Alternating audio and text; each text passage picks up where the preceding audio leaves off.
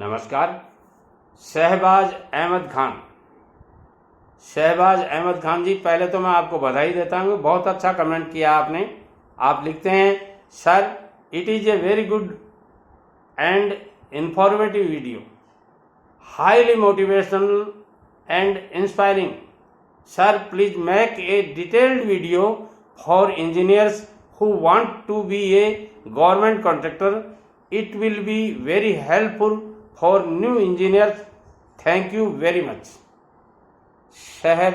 शहबाज अहमद खान जी, बधाई के पात्र हैं आप। अच्छा कमेंट किया आपने, मगर मैं कहना चाहूँगा कि मैं इस तरह के काफ़ी वीडियोज़ बना चुका पिछले 2 साल के अंदर। 2 साल अभी हुए नहीं हैं, शायद 15 अप्रैल 20 अप्रैल को होंगे। तब तक के लिए मैंने 600 वीडियोज़ बना चुके हूँ, 600 प्लस वीडियोज़ बना चुका हूँ इस चैनल पे। उनमें से काफ़ी वीडियोज़ सिर्फ और सिर्फ ठेकेदारी से संबंधित हैं, जो नए ठेकेदारों के लिए या गवर्नमेंट कॉन्ट्रैक्टर के लिए काफ़ी हेल्पफुल हैं। आप उन वीडियोज़ को देख सकते हैं, पढ़ सकते हैं, सुन सकते हैं और मेरे अनुभवों का फ़ायदा ले सकते हैं। फिर भी यदि कोई आपका कमेंट हो तो ज़रूर लिखिएगा, मैं आपके हर कमेंट का जवाब देने की कोशिश करूंगा। इसी के साथ रजनीश सिंह जी ने एक कमेंट किया है, राम राम दादाजी। हिंदी में कमेंट है इनका, मुझे मज़ा आ गया, आनंद आ गया, क्योंकि हिंदी हमारी राष्ट्रभाषा है और मैं इसको मातृभाषा को प्रणाम करता हूँ। इन्होंने लिखा है, राम राम दादाजी। दादाजी, ठेकेदारी में सीधे सीधे ठेकेदारों की बातों को लोग सीरिया में नहीं लेते, इनका मतलब है सीरियसली नहीं लेते। वहीं सख्त ठेकेदारों की बातों को लोग सीरियस लेते हैं। सीधे सीधे ठेकेदारों को क्या करना चाहिए या किस तरह के लोगों से बातें करनी चाहिए जिससे ठेकेदारी की बातों को लोग हल्के में नहीं लें? दादाजी आप इसका जवाब अवश्य दीजिए। वाह रजनीश सिंह जी, आपका जवाब अवश्य दे रहा हूँ।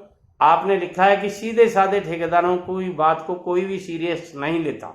देखिए रजनीश सिंह जी, इस संसार में केवल ठेकेदारी बिजनेस में ही नहीं, कहावत है सीधी अंगुली घी नहीं निकलता है, थोड़ी सी टेढ़ी करनी पड़ती है। सीधे लोगों के साथ में यही समस्या होती है। पहले हमारे यहाँ शादी ब्याह होते थे ना, हमारे टाइम में, जैसे मेरी शादी हुई थी 1974 में। 1974 का मतलब हो गया, ये देख लीजिए 26 साल तो वो हो गए और 22 साल ये, 26 और 2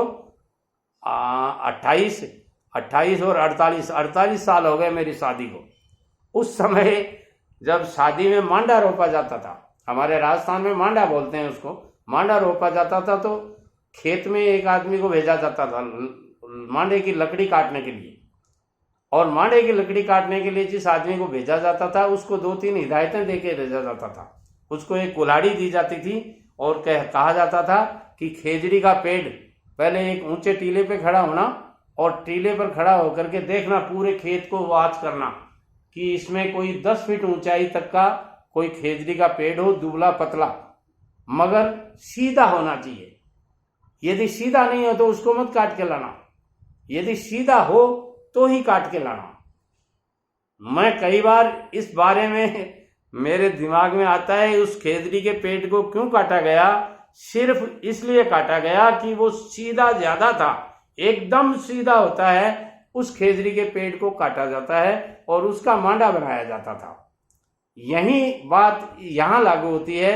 ज्यादा सीधा होना भी गड़बड़ करता है, ज्यादा सीधा होना भी परेशानी भरा होता है। इसलिए मैं कई बार कहता हूँ, थोड़ा सा टेढ़ा बनना भी सीखिएगा। जब तक आप टेढ़ा नहीं बनेंगे, ये दुनिया सीधे को सबसे पहले काटती है। वही बात यहाँ ठेकेदारों पे लागू होती है। इतना सीधा भी मत बनिए कि लोग आपको मांडे की लकड़ी मान लें, और इतना टेढ़ा भी मत बनिए कि आप किसी काम भी नहीं आओ, यानी जलाऊ लकड़ी के सिवाय उस लकड़ी का कोई महत्व ही नहीं हो, किसी काम में नहीं आए। इतना टेढ़ा भी मत बनिए। ठेकेदारी एक ऐसा सब्जेक्ट है जहां न आपको टेढ़ा बनना है न आपको सीधा बनना है, आपको अपना काम करना है और तरीके से करना है। यही बात लागू होती है। अब बात आती है कि आपका प्रश्न क्या है कि सीधे सीधे ठेकेदारों को क्या करना चाहिए। सीधे साधे ठेकेदारों को ये करना चाहिए कि अधिकारियों से अच्छी तरह से व्यवहार करें, अपने व्यवहार में नरमाई रखें और ढंग से काम करें, अच्छी क्वालिटी देवें, और जो बात उनको कहनी हो अधिकारी को अकेले में लेकर के, एक तरफ लेकर के, या अपनी साइट पे जब भी अधिकारी जाता हो, आपकी जो परेशानी है आप एकांत में उनको बैठाइए और बैठा करके आप अपनी परेशानी को बोल दीजिए। जैसे आप बालाजी के मंदिर में या किसी देवता के मंदिर में या मस्जिद में जाकर के अपनी मन की भावनाओं को प्रभु के सामने या अल्लाह के सामने या गॉड के सामने प्रस्तुत करते हैं, वही भावनाएं आप उनको सीधे सीधे परोस दीजिए। और मैंने देखा है मेरे लाइफ में, कोई भी देवता ठोकर नहीं मारता है। आपने हजारों बार भगवान को नमस्कार किया होगा मंदिर में जाकर के, क्या मूर्ति ने आपके कभी पत्थर पैर की मारी है? ये ऐसे पैर की मारी है कि चल भाग यहाँ से, मूर्ति ने बोल के नहीं कहा ना। वैसे ही अधिकारी आपको बोल के नहीं कहेगा, आपकी सारी बातें समझेगा। उनसे जितना पॉजिटिव आपके लिए हो सकेगा वो उतना करेंगे, और जो नहीं बन पड़ेगा वो नहीं करेंगे। नियमों के अनुसार नहीं होगा तो वो नहीं करेंगे। इसमें आपका जाता क्या है? आप सीधे हैं, सरल हैं, तो सीधे मन से कह दीजिए। और जिंदगी में सरलता एक ऐसा सब्जेक्ट है, ऐसा विषय है जो हर आदमी को परोसना ही नहीं आता। लोगों का प्लेसमेंट ही गलत होता है, लोगों का कहने का तरीका ही गलत होता है। आपका प्रस्तुतिकरण अच्छा होना चाहिए, आपका प्लेसमेंट का तरीका सही होना चाहिए, सारी बातें सही हो जाती हैं। आप किसी के लिए कुछ अच्छे शब्दों का प्रयोग करेंगे तो आपका प्रस्तुतिकरण अच्छा हो जाएगा और अधिकारी अपने आप मान जाएगा। और मगर देखिए बंधुओं, अधिकारी को नौकरी करनी है और नौकरी करने के लिए वो अपने हाथ नहीं कटवाएगा। आपके कहने से आप यदि कह देंगे कि मेरा ये कर दीजिए, वो कर दीजिए, वो नहीं करेंगे।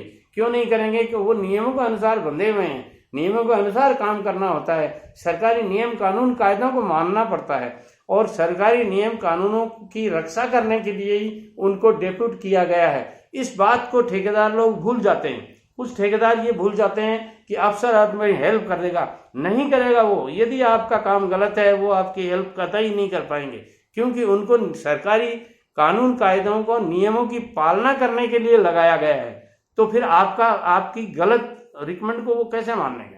हाँ, यदि आप सरल तरीके से उनको थोड़ी बहुत 19-21, जैसे अपन कहते हैं ना, आटे में नमक समाए, उतनी बदमाशी या उतनी हेल्प वो आपकी कर सकते हैं। मगर आप यदि ये चाहते हो कि नमक की रोटी पो देवे, कोई नहीं खाएगा दोस्तों। नमस्कार।